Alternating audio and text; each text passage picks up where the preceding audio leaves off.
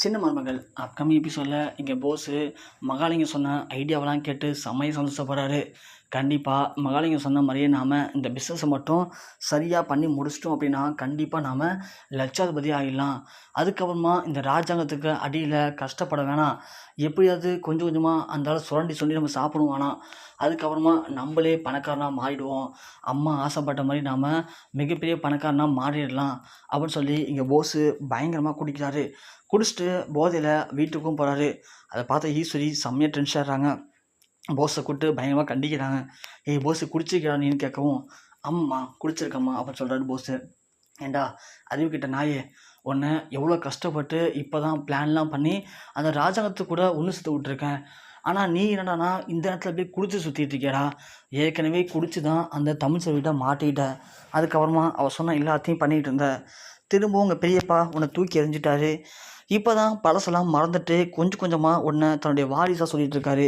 அது மட்டும் இல்லாமல் நடக்க போகிற எலெக்ஷனுக்கு உன்னை போயிட்டு அந்த பூத்து வேலையெல்லாம் பார்க்க சொன்னார். ஆனால் நீ என்னன்னா அது எல்லாத்தையும் விட்டுட்டு இப்படி குடிச்சு சுற்றிட்டு இருக்கேடா. உங்கள் பெரியப்பா மட்டும் இதை பார்த்தாருன்னு வச்சுக்கேன், உனக்கு பொறுப்பே நான் வரல, நீ இனிமேல் இதுக்கு செட் ஆக மாட்டேன்னு சொல்லி உன்னை தூக்கி எறிஞ்சிட்டு வர்றா. அப்புறம் பழையபடி சேது பக்கமே போயிடுவாங்க. சேதுவை அவரே இப்போ தான் மனசார வெறுத்திருக்காரு. அப்படி வெறுத்ததை பயன்படுத்திக்கிட்டு உன்னை எப்படியாவது அவருடைய வாரிசாக மாற்றி உன்னை வச்சு இந்த சொத்தெல்லாம் ஆட்டையை போட்டுலாம் நான் பிளான் பண்ணுறேன். ஆனால் நீ என்னடானா கொஞ்சம் கூட பொறுப்பே இல்லாமல் இப்படி குடிச்சிட்டு சுற்றிட்டு இருக்கேடா. ஏன்டா போஸ் இப்படி பண்ணுற, எனக்கு ரொம்ப கஷ்டமாக இருக்குடா போஸு அப்படின்னு ஈஸ்வரி பயங்கரமாக ஃபீல் பண்ணுறாங்க. உடனே போஸ் சொல்கிறாரு, ஐயோ அம்மா நான் சொல்கிற ஃபஸ்ட்டு கேளுமா, கேட்டுக்கிட்டு பேசுமா. எனக்கு மட்டும் குடிக்கணும்னு ஆசை இல்லை. ஆனால் இங்கே என்னடானா எனக்கு இன்றைக்கி ஒரு சம்பவம் நடந்துச்சுமா. அதை நினச்சி பார்க்கும்போது எனக்கு ரொம்ப சந்தோஷமாக இருந்துச்சு. அந்த சந்தோஷத்தை கண்ட்ரோல் பண்ணிக்க முடியல, அதனால் குடித்தம்மா. மற்றபடி நான் வேணும்லாம் குடிக்கலம்மா. ஸோ இது என்னம்மா சொத்து, இந்த சொத்து தேவையில்லம்மா. இந்த சொத்தை விட பல மடங்கு சொத்தை நம்ம சம்பாதிக்க போகிறோம். அதுக்கான ஏற்பாடுகள் நான் பண்ணிட்டேம்மா அப்படின்னு இங்கே போஸ் சொல்லவும் ஈஸ்வரிக்கு ஒன்றுமே புரியல. என்னடா போஸ் சொல்கிற, எனக்கு புரிகிற மாதிரி பேசுகிறா, என்னடா பண்ண போகிறேன்னு கேட்குறாங்க. அம்மா இன்னும் நாம் எத்தனை நாளைக்கு தான் இந்த ராஜங்க பெரியப்பாக்கு அடியில் இருந்துக்கிட்டு கொஞ்சம் கொஞ்சமாக காசுகளை சுரண்டி சொல்லி சாப்பிட்டுட்டு இருக்குது. நாமளும் பணக்காரன் ஆகணும்ல, அதுக்கான ஒரு பிஸ்னஸை இப்போ பிடிச்சிருக்கோமா. அந்த பிஸ்னஸில் மட்டும் நம்ம கரெக்டாக செஞ்சுட்டோம் அப்படின்னா கண்டிப்பாக நம்ம இன்னும் ஒரு 2-3 மாதத்தில் மிகப்பெரிய ஒரு பணக்காரங்களாக மாறிடலாம். ஸோ ராஜாங்க பெரியப்பா மாதிரி கண்டிப்பாக நானும் ஒரு பணக்காரனாக மாற போகிறோமான்னு சொல்கிறாங்க போஸு. அதை கேட்ட ஈஸ்வரிக்கு ஒன்றுமே புரியல. டேய் போஸு என்னடா சொல்கிற, புரியுற மாதிரி பேசுகிறான்னு சொல்லவும், இல்லைம்மா இன்றைக்கி காலையில் பெரியப்பா சொன்னான்னு சொல்லிட்டு வேலைக்கு போயிட்டு வந்தேன். அப்போதைக்கு என்னுடைய நண்பன் ஒருத்தனை பார்த்தம்மா, கூட்டாளி ஒருத்தனை, பக்கத்து ஊர் தான் அவன்.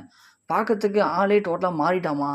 அப்புறம் அவனை விசாரித்தேன், என்னடா பார்க்கறதுக்கு டோட்டலாக ஆளே மாறிட்ட, கையில் கழுத்துலலாம் நகை போட்டிருக்க, 1,00,000 பைக் வச்சுருக்க, என்ன கதைன்னு கேட்கும்போது அவன் சொன்னான், 2ஆம் நம்பர் பிஸ்னஸ் பண்ணுறேன், அந்த பிஸ்னஸில் நல்ல லாபம், அதுதான் இப்போது பயங்கரமாக செட்டில் ஆகிட்டேன்னு சொன்னாம்மா. அதை யார் பண்ணுறான்னு விசாரிக்கும்போது நம்ம ஏட்டையார் கிழமா மகாலிங்கம் மாமா அவர் தான் பண்ணுறாராம். அதை சொன்னான் அவன். அவர்கிட்டையும் போய் பேசினேன். அவர் முதல்ல அதை பற்றி நம்மள்ட்ட பேச மறுத்தார். அப்புறமா உண்மையை ஒத்துக்கிட்டாரு. ஆமாம் பண்ணுற மாப்பிள்ள, நல்லா காசு வருதில்ல, அதான் லைஃப்பில் செட்டில் ஆகணும்ல, அதுக்காக பண்ணிகிட்ருக்குன்னு சொன்னார். அப்போ நானும் அவர்கிட்ட சொன்னேம்மா, எனக்கும் கொஞ்சம் பண்ணிவிடுங்க மாமா, நானும் லைஃப்பில் செட்டில் ஆகுன்னு சொன்னேன். அதுக்கு அவர் சரி மாப்பிள்ளன்னு சொல்லிட்டார் மாமா. இப்போது நாம் மட்டும் அவர் சொல்கிற விஷயத்த கரெக்டாக செஞ்சுட்டோம் அப்படின்னா கண்டிப்பாக நமக்கு நல்ல அமௌண்ட் கிடைக்கும். ஆமாம் அந்த அமௌண்ட்டை வச்சு நாமளும் லைஃப்பில் செட்டில் ஆகலாமா அப்படின்னு இங்கே போஸ் சொல்லவும் ஈஸ்வரிக்கு ஒன்றுமே புரியல. டேய் போஸு ஏதோ பிஸ்னஸுங்கிற 2ஆம் நம்பர் பிஸ்னஸுங்கிற, அப்படின்னா என்னடா அதெல்லாம் அப்படின்னு கேட்குறாங்க. மா அதெல்லாம் ஒன்று சொன்னால் புரியாது. நான் இப்போது போய் படுக்க போகிறேன்.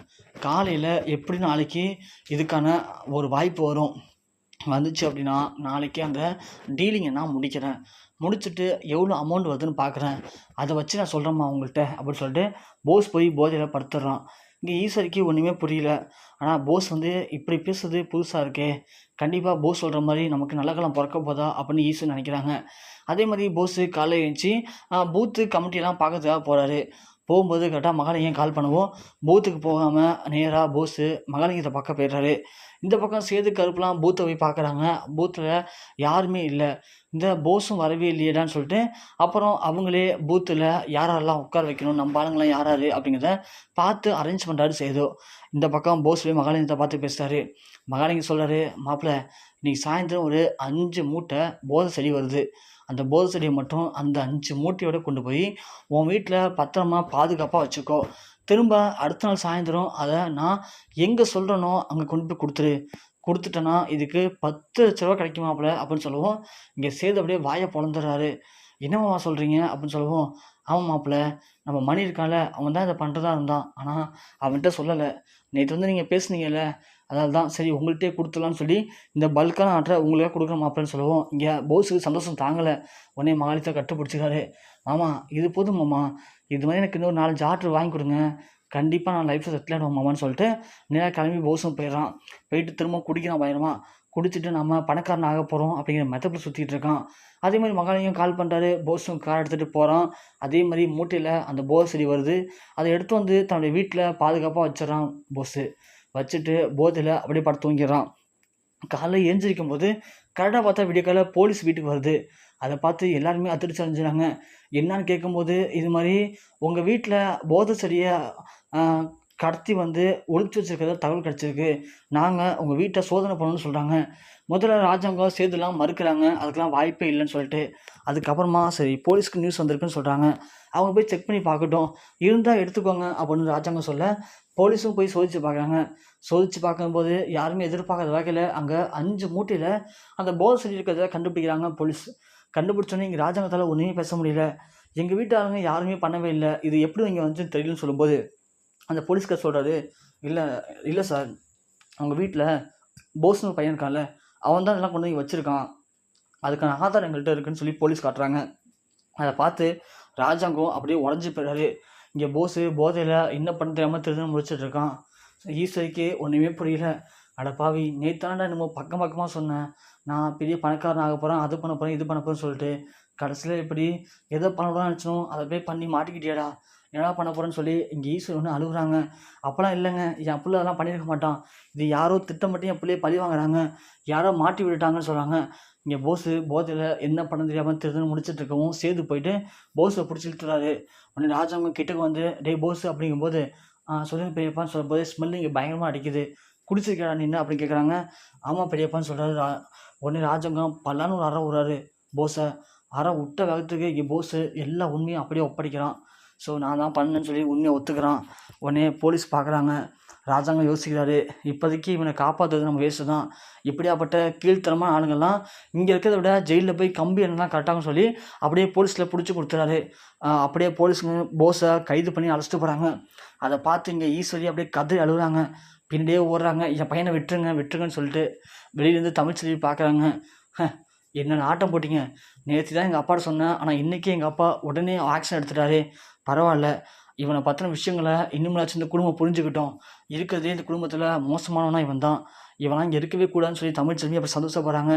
சந்தோஷப்படவும் இங்கே போலீஸ் அரெஸ்ட் பண்ணி போயிடுறாங்க. எல்லாரும் திட்டிகிட்டே வீட்டுக்குள்ளே போகிறாங்க. ஈஸ்வரி மட்டும் அப்படியே பார்த்துட்டு அழுதுட்டு நிற்கவும் இங்கே தமிழ்ச்செல்வி வராங்க. "என்னத்த, நேற்று என்னமோ வாய்க்குள்ளேயே பேசுனீங்க, இன்றைக்கி அழுதுகிட்டு இருக்கீங்க. பார்த்தீங்களா, உங்கள் பிள்ளைக்கான சங்கை நான் ஊதிட்டேன். இனிமே உங்கள் புள்ள பண்ண எல்லா பித்தலாட்டையும் நான் வெளியே கொண்டு வருவேன். கொண்டு வந்து உங்கள் புள்ளைய எங்கள் மாமா அவர் வாயாலேயே வாரிசு இல்லை, இவன் ஒரு மனுஷனே கிடையாதுன்னு சொல்லி அவரே சொல்லி இந்த வீட்டை விட்டு கழுத்தை பிடிச்சி சொல்லி தள்ளுவார். அது நடக்க தான் போகுது, நீங்கள் பார்க்க தான் போகிறீங்கன்னு" சொல்லி தமிழ்ச்செல்வி ஈஸ்வரிட்ட சபதம் போட்டுட்டு போகிறாங்க. ஈஸ்வரிக்கு ஒரு பக்கம் தான் புள்ளையை போலீஸ் அரெஸ்ட் பண்ணி போயிட்டாங்களே அப்படிங்கிற கோபம் ஒரு பக்கம் இருந்தாலும், இந்த தமிழ்ச்செல்விலாம் இப்படி பேச ஆரம்பிச்சிட்டாரு. ஸோ என்ன பண்ணுறது, இப்படி ஆயிடுச்சு நம்ம நிலமைன்னு சொல்லி ரொம்பவுமே பரிதாபமாக என்ன பண்ணுறதுன்னு தெரியாமல் மிகப்பெரிய ஒரு ஆதங்கத்தோடையும் கோவத்தோடையும் ஈஸ்வரி அப்படியே பார்த்துட்டு நிற்கிறாங்க.